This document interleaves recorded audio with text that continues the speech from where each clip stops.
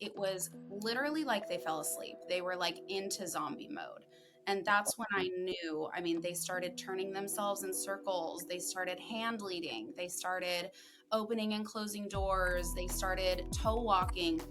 I have like vivid memories. I feel like I've never told anyone before of like me crying hysterically on my couch because I couldn't sleep and I was so worried and I knew what was happening. Like, I was in the Route 91 shooting. My husband was shot in the hip. When my boys were diagnosed, and the first, I would say, 3 years of their life was more traumatizing for me than being in a mass shooting.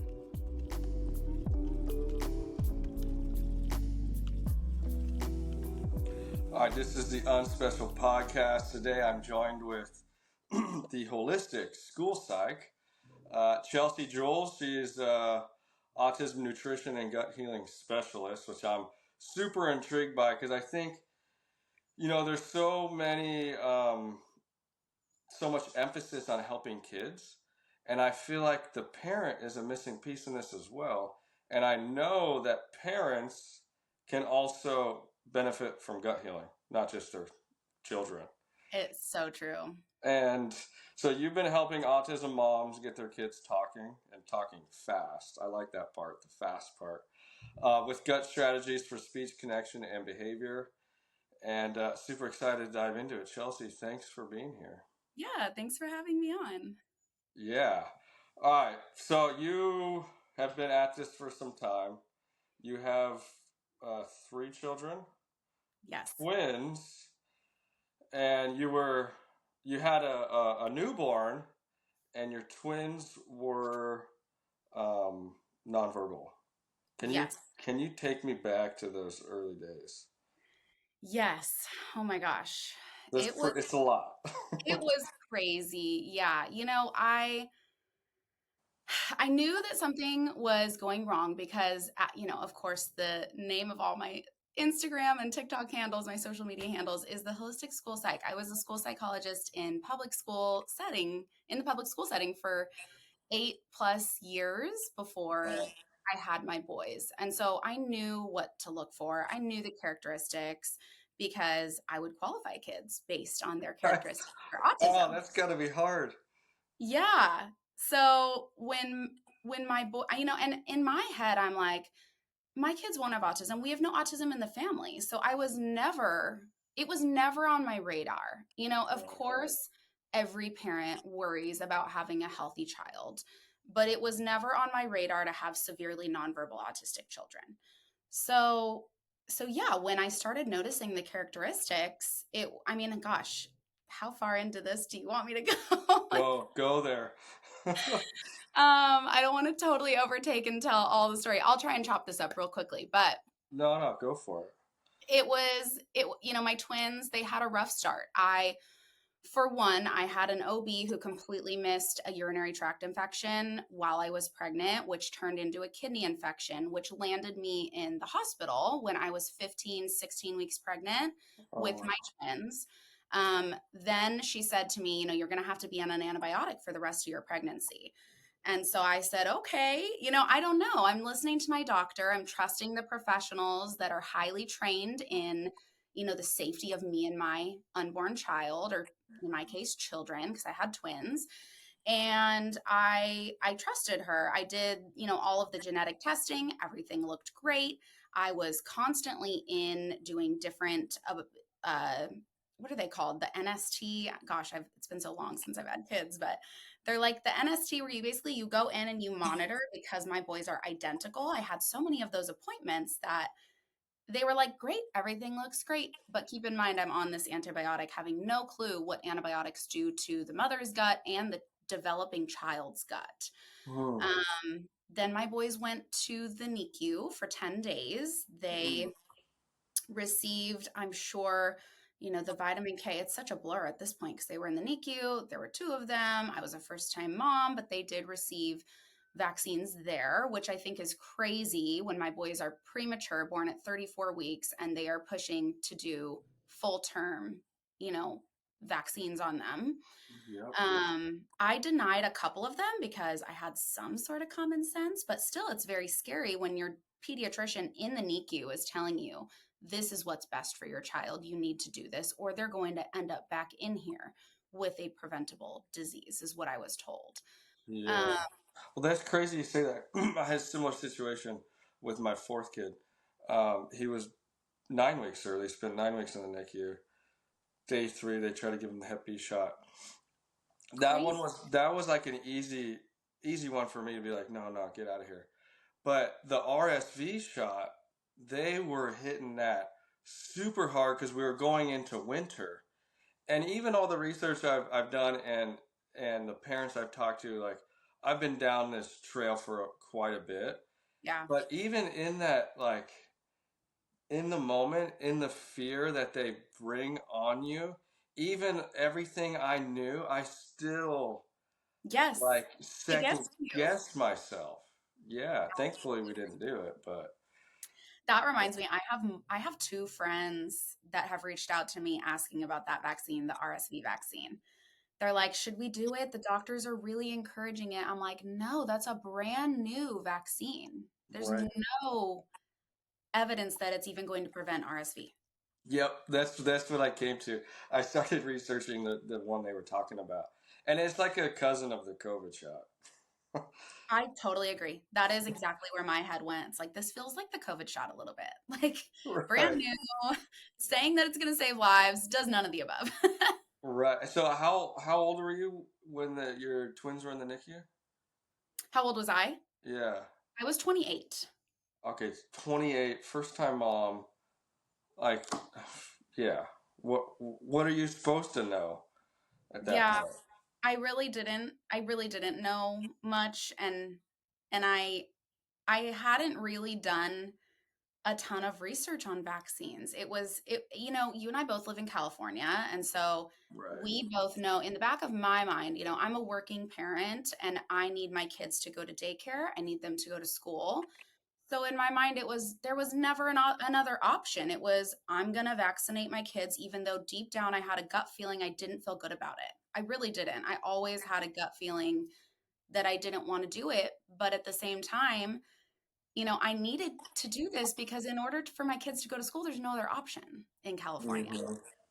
So I kind of felt pigeonholed a little bit with the state laws that we're under here. And my whole family is here. I was born and raised here. It's not like I just came to California with a dream. If I left, it would be a big deal because my whole family is here. Right. That was never on my radar. So yeah, so I ended up when my boys came home from the hospital, they always told me, go on an adjusted schedule because they were, I think, 6 weeks early, and to go off the adjusted schedule, but I didn't need to because they met all their milestones and they met all their milestones early. They were really, really strong babies. They crawled right on time. They walked right on time. They even started waving early from what I've seen, 12 months, around 11, 12 months. They were waving, they were babbling, they were full of life. I have like vivid memories of my parents like driving over to their house, my dad opening the car door, and my boys just like lighting up, so excited to see grandpa. To Mm-hmm. after their 1 year vaccines, it was literally like they fell asleep. They were like into zombie mode. And that's when I knew, they started turning themselves in circles. They started hand leading. They started opening and closing doors. They started toe walking. Literally, like I have in my notes tab, they got vaccinated on the 29th of September, and by the 29th of October, they'd lost all their skills within 30 days.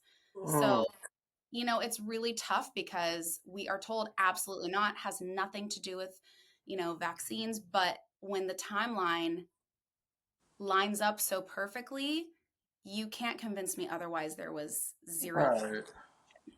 Right. Well, it's that whole argument of correlation and causation, which to me it's like I don't like stories like yourself. I don't understand how anybody can silence that And it's like, you're the mom, you know your children the best, and and this happened, and then here's the consequence. Yeah. How so at with and then especially with your being a school psych, like with my fourth, I'm like pretty vigilant on watching him and what's going on. Like you were saying, like I see things here and there. He was 9 weeks early, but he's catching up. Yeah. But like, how did you deal with all that? Like in that month of regression, knowing what you know as from being a psychologist and as a mom and the emotions, like how did you do it? Yeah, I mean, I was pregnant. So when my boys were around 21 months, I had my third baby. which doesn't which doesn't help the hormones and all that. Yes. I mean, I have like vivid memories. I feel like I've never told anyone before of like me crying hysterically on my couch because I couldn't sleep and I was so worried and I knew what was happening. Um, but it was hard, but I still, before I even changed their diet, went through the biomed route, before any of that, when they're so young, as a mom, you still have hope that this isn't happening. Mm-hmm. So I think that's kind of what got me through in a weird way Okay. is I thought, well, maybe they don't. Maybe they're just delayed and when they're 3 they're going to start talking because you hear of parents that are like, don't worry, Johnny didn't talk until he was 4 and he's completely fine. And so Right. people love to tell you those stories. Like I even remember my boys having a speech therapist and she was like, oh, my husband didn't talk until he was 4 and he's totally fine. And so you hear those stories and as a mom you get really hopeful and you're like, yeah, we'll be the exception and that will be my kids. And then because I had twins, a ton of people were like, twins talk later, they have their own language, they are delayed sometimes because they're twins. And so in my head, that I think that's honestly how I coped through. Like I knew that something wasn't right, but I still had hope in the back of my mind that we could be that exception. Yeah, and I think so for the listeners, I mean, hope is everything. Hope is a powerful thing, and the more you can hold on to hope, especially in these early days with regression or whatever you're facing, um, hope. And as I realized, like autism moms are a force to be reckoned with. Definitely don't mess with an autism mom because it seems as if, I mean, every mom I talk to, after you kind of battle through some of the early stages, it's like it's go time. Let's get to work and let's I figure totally out how you're gonna help your kid. Um, what I'm curious, like, what your husband what's he doing during all this? So he was really not worried. He was like, Chelsea, they're 2. Like, Yeah, stop expecting them to do X, Y, and Z. Like, they're 2 years old. And he has no background in special ed, and he's not trained. He's in real estate, so okay, he's like not right. worried whatsoever. Um, yeah, I don't know. He was never, it was actually, to be honest with you, challenging because I felt like I just wanted someone to like validate that I wasn't crazy.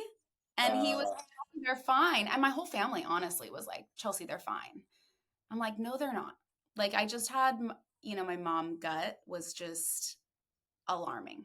yeah, and then you're pregnant with your third. What were your thoughts going through your head about your third? So yeah, I mean, when I was pregnant with my third, I still was not like, I didn't have all the puzzle pieces together of like, oh, this is how autism happens.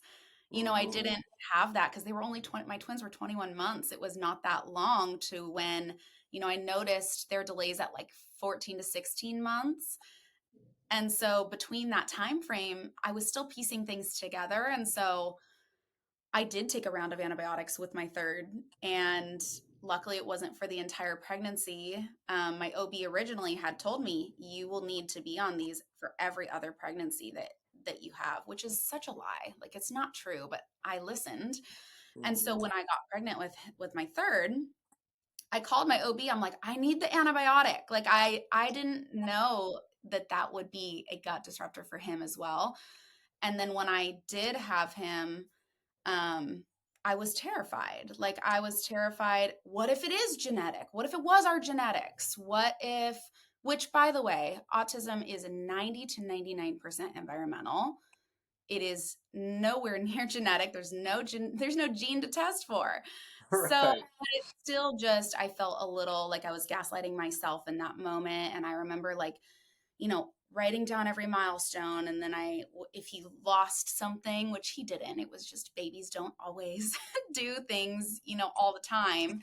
I would just spiral. I would totally spiral, like, oh my gosh, I'm going to have 3 autistic kids that have severe needs. And, my last baby, he doesn't have autism. He's Mhm. completely healthy and great. And honestly, he helped me get through probably the darkest time of my life. So I'm thankful for him. Yeah, it's crazy how that is. Like with my fourth, I mean, he just started walking, and he's it's like my wife's fighting cancer, but then there's this like beacon of hope and like joy with Yeah. the fourth kid, and he like shouldn't be doing as well as he is. I mean, they told us to abort him, and then they told me he's going to have severe intellectual disabilities, and the longer, Yeah. the sooner he comes out, we run all these risks and blah blah blah, and that's the issue I have with Western medicine. It's like it's so doom and gloom. They're legally bound to not give you hope because if they give you any kind of hope, then you're going to sue them if it doesn't happen. So true. But then as a parent, like in a hospital, hearing all that, it's heavy and it's not how it should be. How old is your little one now? Is he 1 or a little over 1? He is 14 months. Oh, 14 months. Yeah. His actual due date was a week ago. Wow. Yeah. But yeah, he's walking, he's babbling. Not as much as I think he should. Like Yeah. going back to what we're talking about. Probably because I'm so vigilant. I'm like, no, he should be Yeah. doing this. But he's developing pretty well. I'm So, sure. I'm sure we'll be fine, especially because you are so educated, in right. what not to do to set your child up to have delays. I know. It's crazy. And then going back, like, yeah, 100%. Autism is medical. And the autism presents itself with its different quirks, but the underlying root causes are medical. And you've proven, and many other moms and many other holistic minded people, that with some interventions, you can definitely improve the situation. Um, so, how old were the twins when you like went all in? You stopped teaching, correct? And then you just like went full force in helping your kids? No, I continued to work. I mean, Okay. we live in Orange County. It's very expensive to live here. You're right down the road. Right. Um, so I did continue to work, but I shifted to where I was no longer working in the school district. I was doing contracted school psych work. So Oh. basically, I could make my own schedule. I could go out and evaluate. I didn't have to be out of school all day long. Right. Whereas when you work for a district, you have to be there all day long. So I would go out, evaluate, come back, write the report when my kids would go down, and then it would, yeah. So I was able to have the flexibility. I could make them breakfast, I could make them lunch because that was my priority. And if I didn't have time, if I knew I had a full day the next day, I would stay up until like 10 or 11 and just make like meal prep a ton of food for them. And that's how my TikTok and Instagram pages were born because I just started documenting what I Wow. was making for my kids late at night to heal their gut. And Yeah. other moms resonated with it. They were also looking for answers. I think there's a ton of moms just like Becky, who have kids that are older, but they kind of missed the like TikTok, Instagram wave of documenting. And so there wasn't a lot of information out there for moms that were really seeking that information. Anyways, I didn't even answer your question. What was your question again? I don't know. I Oh, think you said, how how? did I dive into healing them? How old were they, right? Yeah. They were 2. So I remember on their second birthday, I remember being like, I know that I want to go gluten and dairy free, but we're about to have a birthday party for them. So let's have their party and then we're going all in. So they were about 2.5. What caused you to focus on the gut? Was there something you read or something you saw where like this is where I'm going after? Yes. So I had actually a close friend who she was my workout partner for years. She had an older son who she would always refer to him as vaccine injured. And I Mm, never understood what that meant. I was like, what are you talking about? But I never asked her because I didn't have kids. So I was like, I never asked, what do you mean by vaccine injury? And so when I put 2 and 2 together, because I watched my kids have a vaccine injury, which I missed a big piece of the puzzle here too, is, after my boys had their vaccines, I had to take them to urgent care. They were given steroids. They had a full body reaction. They had rashes. They were shaking their head. So that's a big piece of the puzzle where I'm like, oh, this is an injury. Um, and so I texted her and I said, hey, after the last round of shots, my boys, I was listing off all the symptoms for her. And I'm like, is this what you meant by vaccine injury? And she's like, oh my gosh, yes, my stomach hurts even reading this. Like, so mhm. she'd been through it. Her son is 16 or 17 now. And she told me what to do. She was like, you need to cut out all gluten, you need to cut out all dairy. But it was like kind of hard to get detailed information from her, I think, because she probably had like PTSD from it. She's like, Yeah. I've done it. I'm on the other side of the woods now. And so I needed more information. So she told me, like, start doing a detox bath. Um, Start doing, like a probiotic. She just gave me like generic advice as to what to look into. And so that set me up really to just go all in, and start researching. And then I did find some Instagram and some TikTok accounts, but it wasn't like what I would have wanted advice wise. It was like they would show their kids and then the end result. And I'm like, okay, but how did you get there? Like, how did you get to that end result? So that's kind of why I started showing my grocery hauls, what I was making for my kids, the progress we were seeing in real time. I used to share all of that on my Instagram. Okay. And so there were 2 after the birthday party, and dairy and gluten was the first thing you cut out. Yep, that's the first thing that I decided to cut out, because all the research points that it's a folate blocker, and folate is so needed for speech. I had no idea that gluten and dairy were really inflammatory at all. So that's where I started. Kids on the spectrum are super picky, and so it was a journey for me where I did change their diet to gluten and dairy free, but then it was like they would only eat gluten-free chips or they would only eat dairy-free little smoothie melts. And so in my mind, I wasted a lot of time looking back like, oh, they're gluten and dairy free, so everything should be great. But in reality, they still were depleting of all their nutrients. Mm. Can you speak to like how much of a life altering shift you had to make? Because I think that's probably a difficulty that families face is how you got to really shift the entire way you're living to Yeah. alter the diet. Um, how did you get past some of those hurdles? Yeah, it was very challenging, especially, I have a big family.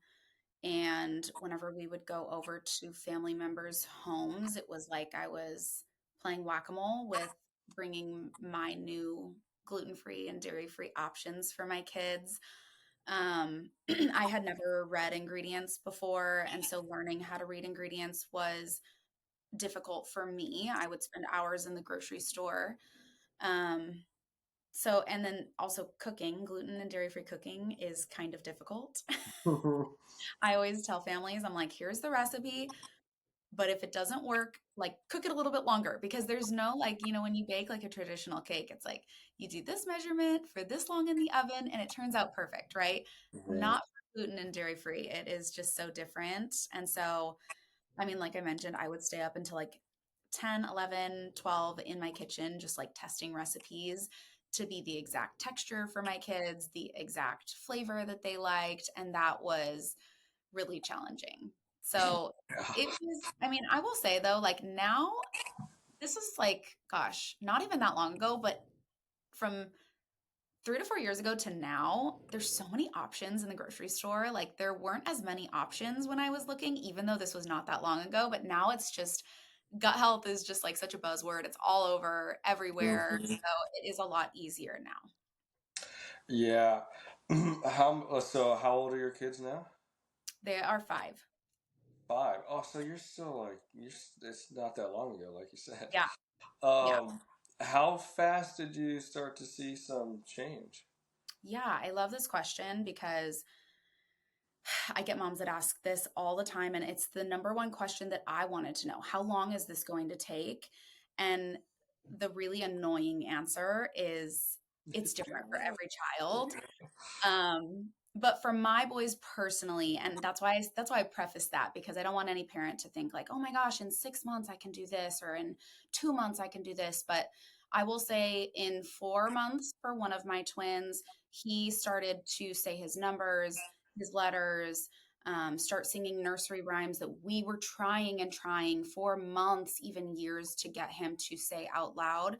It was within 4 months of changing his diet that we started to see that progress. And I almost gave up. Like, I remember texting my sister. She was like, how's it going? Like, do you see progress? And I was like, no, like stomping my feet. Like, I was all upset that I wasn't seeing any progress. And I almost gave up. And then that's truly when I saw the biggest breakthrough. And then for his twin brother, it was, I would say, between 9 to 11 months where I didn't see any progress really with him for a long time. And then he started to, follow suit with all of the words that I had been trying to teach him, doing puzzles.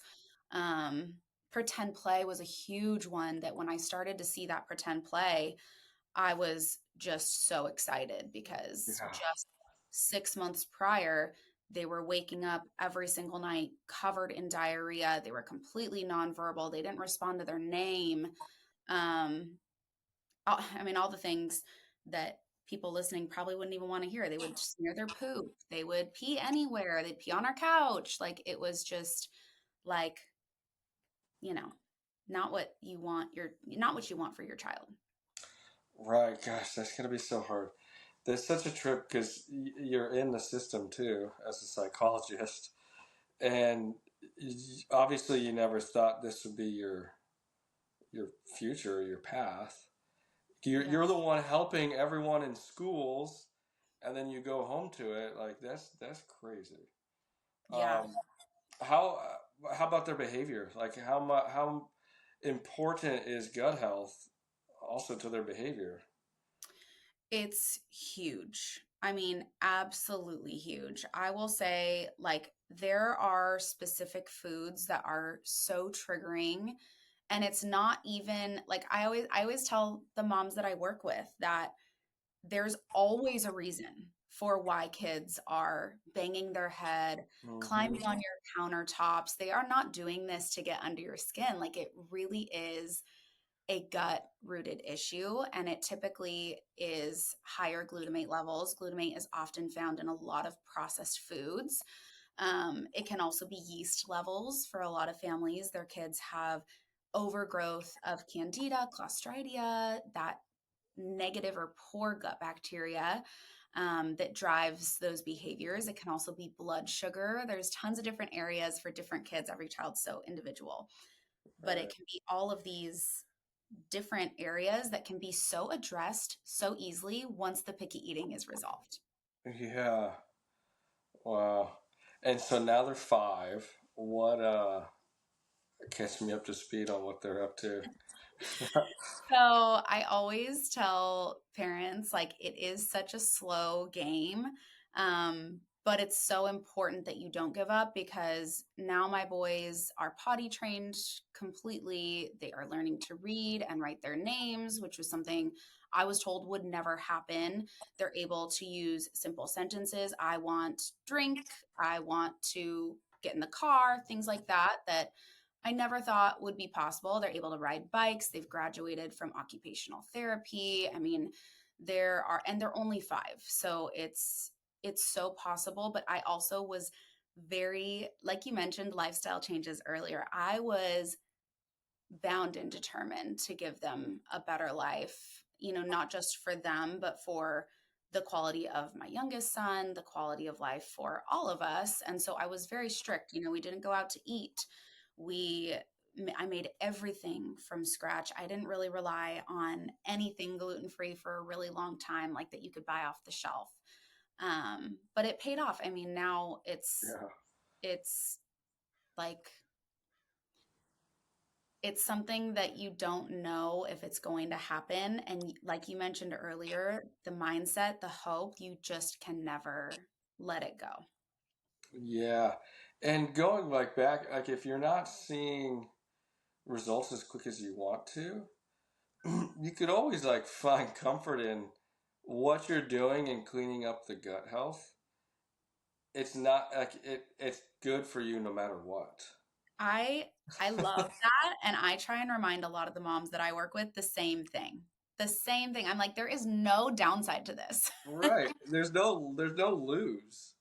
Like yeah, Yes, maybe you're not seeing some milestones and speech improving as quickly as you want, but you're still like doing good for your child's being.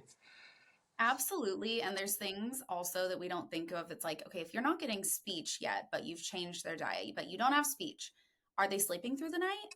Yes, then that's a win. Are they pooping Mhm. regularly? Yes, then that's a win. Are they no longer toe walking and stimming nonstop, but they don't have speech? It's like you have to get through all of those in order to get that speech. And I think a lot of parents get really antsy and understandably so. Totally, totally. Have you tried any other therapies?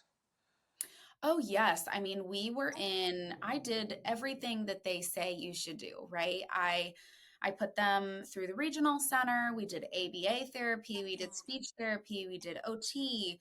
And ultimately with ABA, they told me, that they weren't making this was back when they were 2. They were like, they're not making any progress and we need to increase to 40 hours a week. And I was like, you want to put my 2-year-olds in 40 hours a week? That was kind of my breaking point too with going into gut healing. I was like, what do I have to lose? They're already telling me to put my 2-year-olds in 40 hours a week of ABA therapy. And I thought, if your ABA therapy works so well and we've been in therapy for 1 year, why are they not meeting any goals? If your Mhm. therapy works so well. Yeah, 100%. And it was kind of the same with speech. And I think speech is super beneficial after you're able to regulate the body. But putting a Yes. 2-year-old that has zero attention, zero executive functioning skills, zero ability to sit and sustain attention into a seat to have therapy, it wasn't working for me. And it doesn't work for a lot of families that I talk to until after you regulate their body. And the only way to regulate their body is through gut healing. Yeah. And I think it's a common misconception that when you talk about alternative therapies or holistic therapies, that we're so programmed with the mainstream on like, is it safe? Is Yeah, it isn't that crazy? like do you need to be cautious about anything? Yeah. But it's all non-toxic. It's all like good things for your body. And there's a lot of therapies that are similar to cancer therapies, like red Yeah. light, detoxes, hyperbaric chamber, Yes. saunas, red, light there. Like it can't hurt. Yeah. I agree. It's interesting. Autism is almost autoimmune.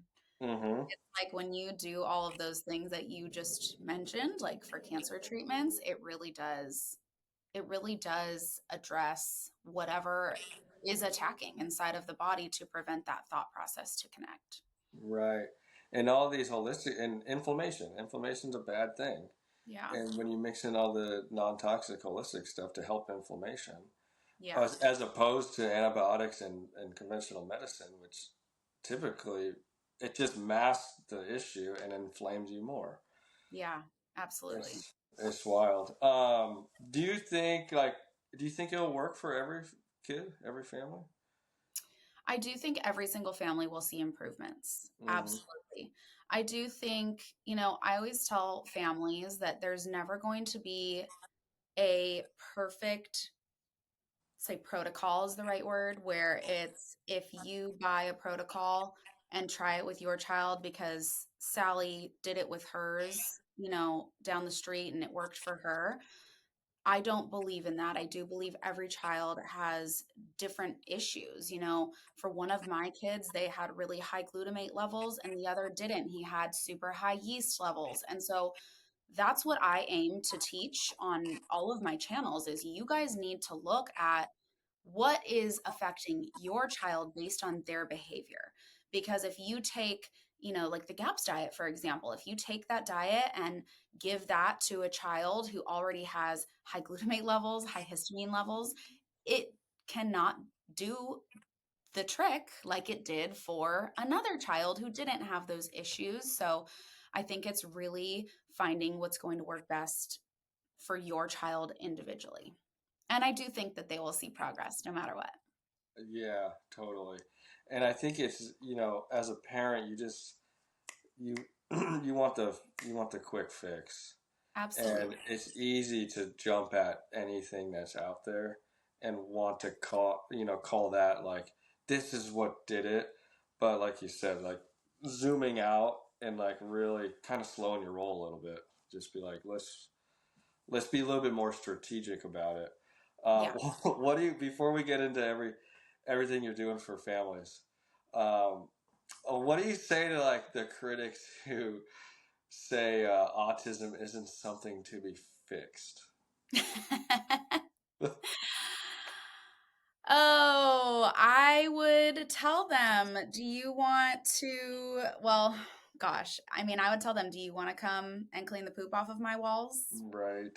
When that was happening, that's what I would have said to them. Do you want to come clean the poop off of so and so's walls, or do you want to come, spoon feed your child? Do you want to? It's really, really it's really tough because I think a lot of the people who say that are level 1 and they just think they have quirky thoughts and ADHD like tendencies and they love the word neurodivergent Mm-hmm. until you describe to them what a day in the life of an autism mom with severely profound disability looks like. Um, they just have no clue what the heck they're talking about. Right. Yeah, I'm pretty sure they wouldn't trade it. Pretty sure. I know for a fact they wouldn't. I mean, I have said this before on my social channels. Like, I was in the Route 91 shooting. My husband was shot in the hip when my boys were diagnosed, and the first, I would say, 3 years of their life was more traumatizing for me Oh my than gosh. being in a mass shooting. Wait. Okay. What I remember seeing something about this on your socials, and I'm glad you brought it up. When was this shooting? How old were your kids? It was in 2017. It was before I had children. But I always tell, I mean, you can imagine how traumatizing it would be to be Yeah. in a mass shooting, have my husband, you know, shot, bleeding out. And that was extremely traumatizing. But watching what my kids went through, living that day to day, having my nervous system so Mm. shot every single day was more traumatizing of a time than that was for me. And I will say Wow. this with my full chest. Wow. And were you with him? Yeah. Oh my gosh. Yeah. Yeah, we were running. I mean, we were running. This is a whole nother, we'll do a whole nother podcast episode on this. We Yeah. were running hand in hand. We were there together. We were running hand in hand, and he was shot in the hip, like directly in between where our hands were holding. It was the same side. So it must have just gone right Right past. past you. Yeah. Oh my gosh. I know. I Crazy. can't, I don't even know what to say. I'm trying to imagine the heaviness of that. So he was shot and then you're trying to help him. But there was, wow. How did it unfold after that? Like you're helping him? So we continued running. He didn't go down from the shot, which is crazy. I don't know if he just had so much adrenaline or what. So he didn't go down, and we were able to hop a fence and get out of the venue. Mm-hmm. And we just kept running into a office park. It was like industrial offices, and we just kept running and running, and then we ended up in a motel. There was a motel nearby that we were kind of hiding out in their little pool area, but we kept hearing the fire go off. So we're like, we got to get indoors. Like, we don't know where the guns are coming from. We don't know if there's hundreds of people on the ground with guns. We don't know. So we were kind of trying to come up with a game plan in this pool parking lot area of this motel on the strip of Vegas. Mm-hmm. And some French man was there, literally flew in from France, was there from, he was there for a race. He was racing in some marathon that was happening over the weekend in Vegas. And he called us in and he was like, you guys can come in here. What's going on out there? I heard all of the gunshot. And it was like, honestly, an angel sent from heaven, because he had all of his racing gear, which included gauze and tape, Oh because my he had to gosh. tape up his legs.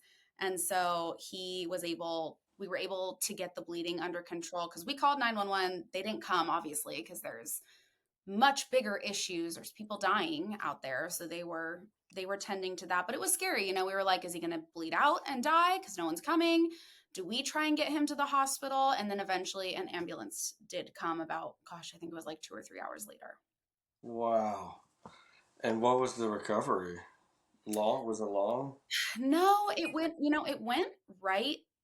It like almost took a chunk out of his butt. So it went through. It didn't get lodged in his body. So it literally created like a bridge. It's really interesting to look at in a photo. It's like blood, skin, blood. It was really, Whoa. so it came out. And so when the ambulance came, they told us, don't go to the hospital. We're going to bandage you up first thing in the morning, go to a hospital. So luckily they were able to take care of it in the ambulance, which is crazy, right? Like if you get shot, usually you have to go to a hospital. So we just got insanely lucky. Wow. And going through that isn't as traumatic as going through the early stages of your children's regression. Yeah, not even close. Oh my gosh, that is hands down the wildest comparison I've ever heard.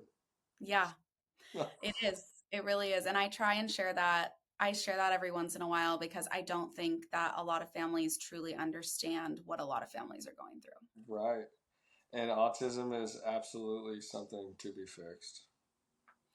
Absolutely. I mean, the It's just quality the word autism is so watered down. And I mean, I taught profound autism for 7 years. So that's the only, I saw it for 6 hours a day. Mhm. And I always was so intrigued by the parents and IEP meetings and all the parents I worked with, because I would have staff come up to me and be like, oh, this is so hard, like blah, blah, blah, like complaining about the school day. And I'm like, yo, we're here for 6 hours and we go home. Like, we have no idea. Yeah, it's hard in class. Yeah, they put seven profound, violent, non-speaking kids in one room. Like, yeah, there's going to be issues. There's chairs flying all over the place, computers breaking every other day. But we don't go home to 80 holes in the drywall, poop on the walls. Like, yeah, It's that's just the quality of life is, they deserve so much more, and it's possible to get a higher quality of life. And so I just want to yeah. like sometimes shake parents and be like, you have to do this for your child. They deserve a higher quality of life. And that's the hard thing is I feel like all the critics, they can't hold that space. Like, yes, I love my child. Yes, um, they're created for purpose and have purpose. Right. And of course you want to better their situation. Like I don't understand why you can't hold that same space. I totally agree with you. I get these comments every single day. It's Yeah. like I made a TikTok video that went I hate when videos go viral because you get, all the people that are Oh yeah. keyboard warriors. But I had a video go viral where I'm telling parents, and I did it at the heat of the moment, so my delivery was probably not great. And I was like, you guys, if your child is laughing at the wall, they are not giggling with angels, because that's what this mom was saying. I think my child's laughing with angels. And I'm like, I don't want to rip that dream away if your child is giggling with angels, but they're not. They have a yeast overgrowth. This is excessive yeast in their gut. And I get people still that are like, no, I think I'll just take that my kid's laughing with angels. And it blows my mind. I'm like, I'm telling you guys what to do so that your child can learn. They're not laughing at a wall. They can laugh with their friends instead, actually. They can laugh with Yeah. their little brother instead. And they don't want to hear it. I will say, it's almost easier to accept it's genetic and there's nothing I can do about it. 100%. It's easier on the parent to just accept that. Yeah. And I asked this question with Olivia praying through autism. Yes, I Uh, love her. She's amazing. yeah, she's awesome.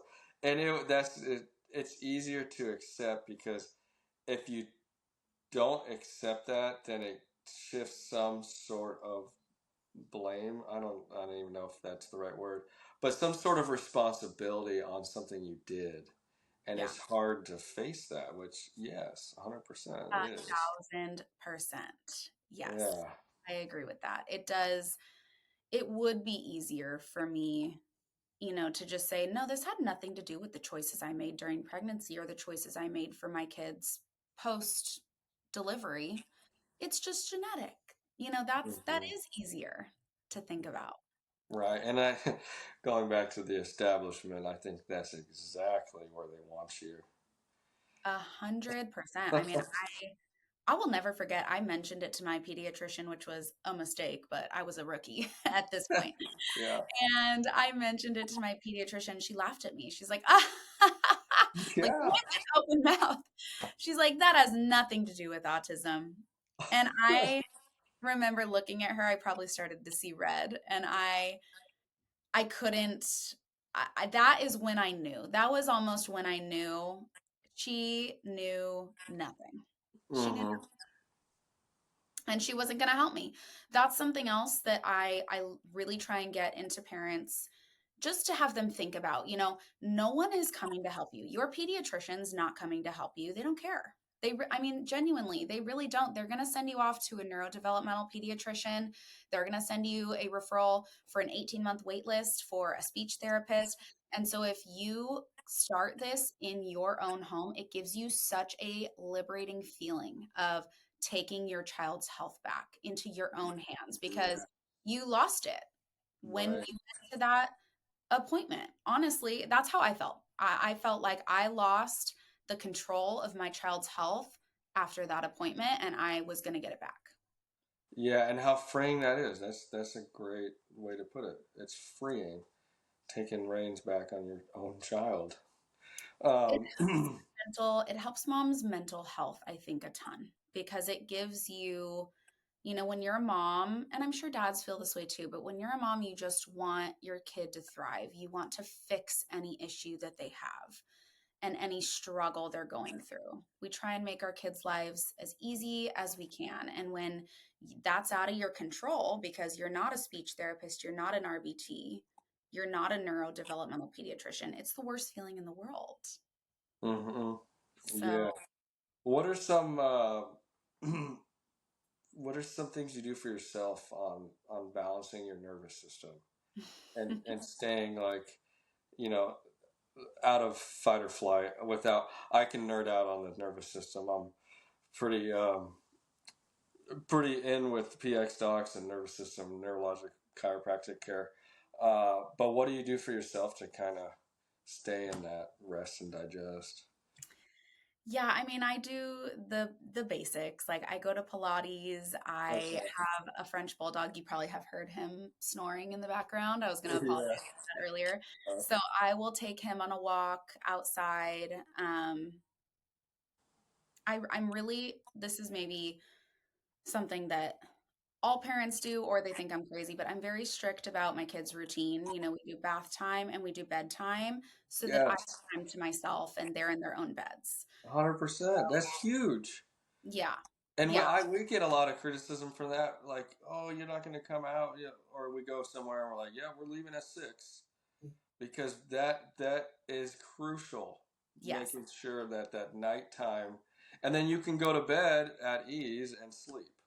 Yeah, I mean, it's not even, to be honest, it's not even for my kids. Like, it is for my kids, like, they need their rest, but it is for me Yep. as well. Like, I need time for my nervous system to be healthy. Like, I need time to load the dishwasher. I need time to clean up and wipe down the tables, and if my kids are around and you know how little kids are, they're one mess after another after another.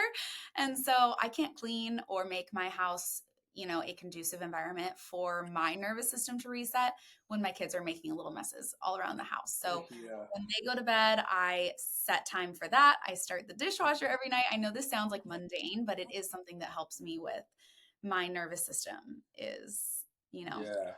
It's huge. And also, your 6 months of speech, like you've turned a lot of your challenges and your pain into purpose, which is incredible. And a lot of moms do the same. Tell me about when 6 months of speech came about. You're documenting your all of your journey with your kids. When did that start? Yeah, so I started 6 months to speech because I was documenting, honestly, my documentation of my twins' journey and what I was buying them in the grocery store and what I was cooking for them. It came because I was so depressed. I was insanely depressed. I couldn't believe what was happening to my kids. And so I needed some sort of an outlet. And so Yeah. I am not a social media girl at all. I mean, I am now, which is crazy, but I Right. never saw myself getting into social media. I didn't really have any interest in having a platform at all. But I just did it to kind of connect with other moms going through the same thing, to provide value for any other mom. I just didn't want any other mom to feel as hopeless as I felt. And Mm, so I wanted to provide some sort of value and hope for these moms who needed it. And so I started posting our journey online. And then, as I posted, my kids started saying their first sentences. They started saying their numbers and their letters. I have like a whole highlight on my Instagram of like the progress through me going through this journey with them. And I had moms reaching out left and right, and I was working a full-time job, right? I was a school psychologist. And so yeah. I had, direct messages and moms that wanted Zoom calls with me. And I was like, what do I do? Like, I have a job. I can't sit here and, Right. take free Zoom calls with these. I'm not kidding. My account blew up so fast that it wasn't two or three moms. It was like 200 moms that Oh my gosh. my support and my help. And I didn't know what to do. And so I started 6 months to Siege, and now it is incredible. I think about it and how grateful I am for it every single day because it truly is life changing for so many families. Yeah. How long have you had it now? I have had 6 months to speech for 2 years. 2 years. Almost, Okay. yeah, two So years. what does it look like to work with you? How does it go down? Yeah, so 6 months to speech it's a group program. So I don't work individually with parents like once a week on a Zoom call.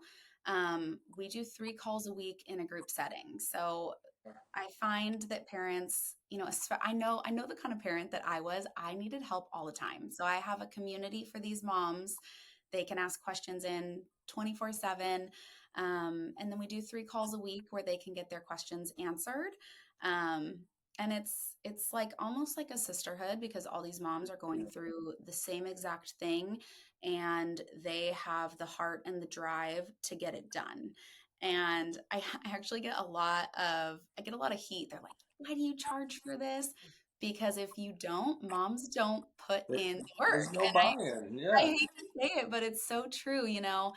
And I think that all these moms, they have the same drive. They're ready to put in the work and they're ready to do it. And that's how I get them such amazing results too, is because they're ready to put in the work and do what it takes. And so I basically guide them through, I have a full course and a 75-page PDF guide that comes with nutritional deficiency checklists, cookbooks, meal plans, um, Wow. that I have them implementing. And then I have them basically come to the calls and they say, my daughter started speaking, but now she's stimming in this way. And depending on what kind of stim she's showing, I will tell the mom, that's a glutamate sign. You need to reduce the processed meats. And so we really work through exactly what the root of the issue is based on the behavior that the child is displaying.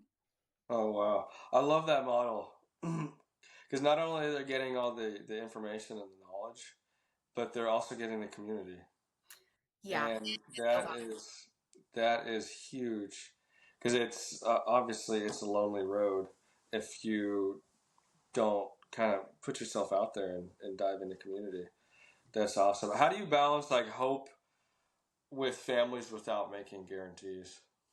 Kind of like what you said earlier, there's no negative side effect to this. Right. There's also statistics that show 85%, over 85% of kids with autism have GI issues. And to be honest, I think it's higher, but I think Mm-hmm. that's the stat that they put out.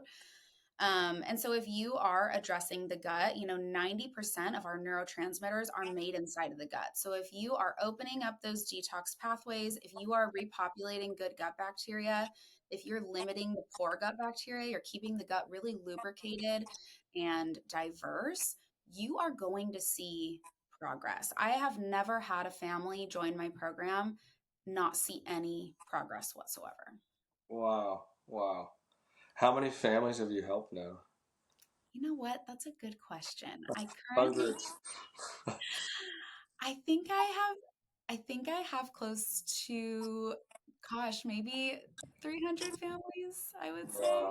which That's still doesn't seem like that much, but oh, one family's a lot, you know? yes, yes. And I think that's probably what fuels you. And I mean, that's what fuels me, just getting parent stories out there. It's like if you help one person, then you help one person, and that's powerful in itself.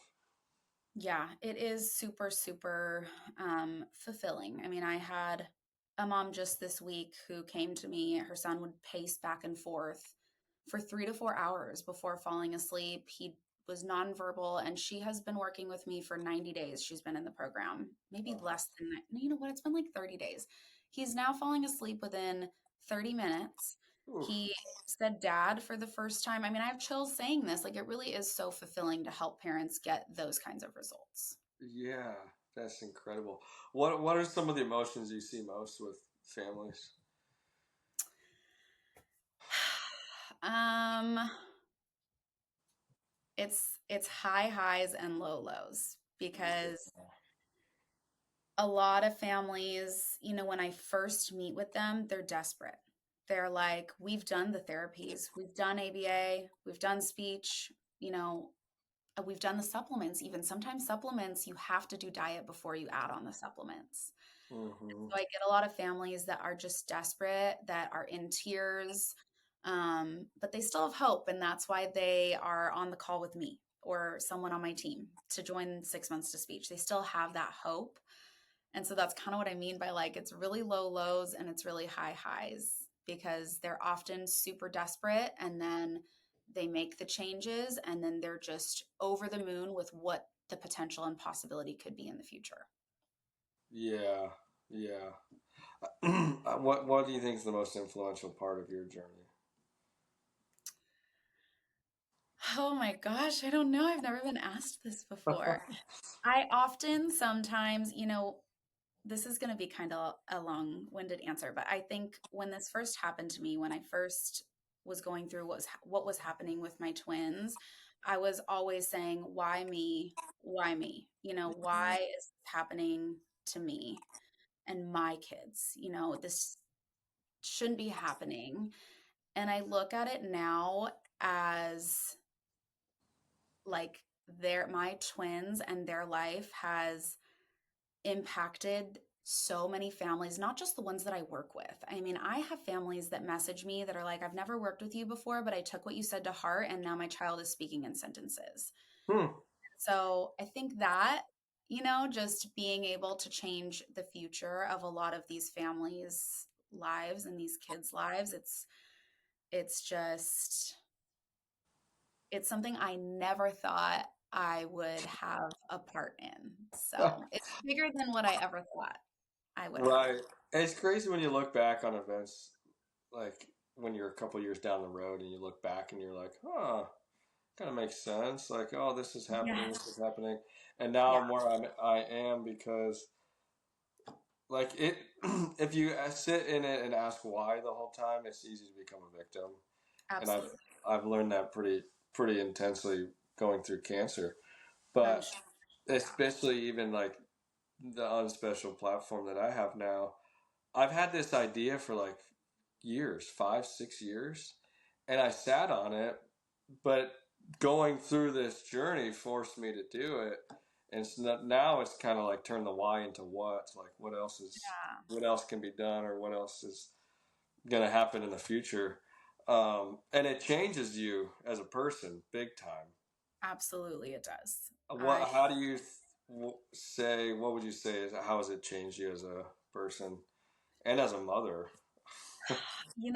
I used to be the most easygoing, whatever kind of person that it's forced me to take control. I think even though I wouldn't look at it as I was taken advantage of, because I don't think these doctors, I truly believe they think they're doing the right thing. I don't think that Right. they are evil or anything like that.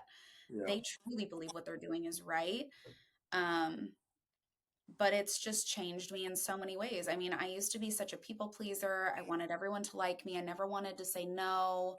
I really was like, trust the professionals. You guys know what you're doing. And obviously now I am more of a pit bull in that way. I go after what I want. I stand up for what's right. I'm no longer neutral. I'm going to come on, platforms and share my story. I'm not going to stay quiet. And that's kind of who I was before.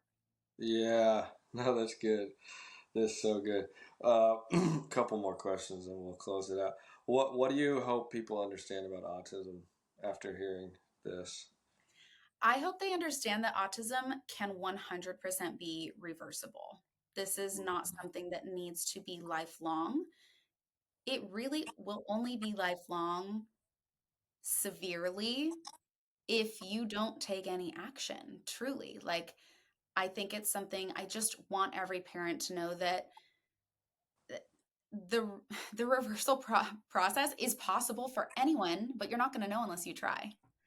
Right. Right. And there's so many success stories where it's like, why not your child? There's so many. There's Yeah. so many. You know who you should have on is Beth, from Documenting Hope. Oh, yeah. I don't Seen know. her. She basically goes around and documents all of these Oh, success stories. yeah. That's powerful. Yeah.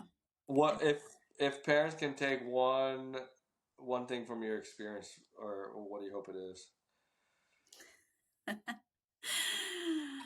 the first thing that came to mind, honestly, was don't vaccinate. Hey, yep. um, research everything. And I just, disability parenting and disabilities in general are something that could come out of nowhere. You could have a perfectly healthy child, even as they get older. Parents think, oh, my kid's 6, we're out of the woods. And then they could get into some sort of accident. And I Yeah, just want parents to, I guess, prevent as much as you can. Some things are out of our control, right? If you get into a car accident or something like that, it's out of our control. But there are things that we can control. And I just want them to be 100% sure about their decision, because I was not 100% sure about vaccinating my kids, but I did it anyways. and it was the biggest regret of my life. Mm-hmm. Mm-hmm. Yeah. So that's great advice. There's so much hope too. So There is so much hope. I tell parents that all the time. I actually have a licensed therapist in my program that comes with the program. It's not like an extra charge or anything. And I have her doing mindset calls because I think nice. mindset and believing that it's going to happen is a huge piece of Yeah. getting through and getting the progress. And it's that co-regulating. Like, I mean, right now I'm in Tijuana at Hope for Cancer, and that's the whole vibe is expect miracles, experience miracles, like keep hope. And your body, your mind, and your cells, like it all plays with itself, and it's powerful. Yeah, absolutely. And being around in a community like the one you have, around other parents experiencing those miracles, like it's a momentum that catches on as opposed to a momentum that's doable. Right. And so powerful. Well, Chelsea, thank you so much for being on Unspecial Podcast. This is a powerful conversation, and I will always remember that comparison you dropped with your husband and the life of parenting profound autism. And I'll most definitely be sharing it on future podcasts.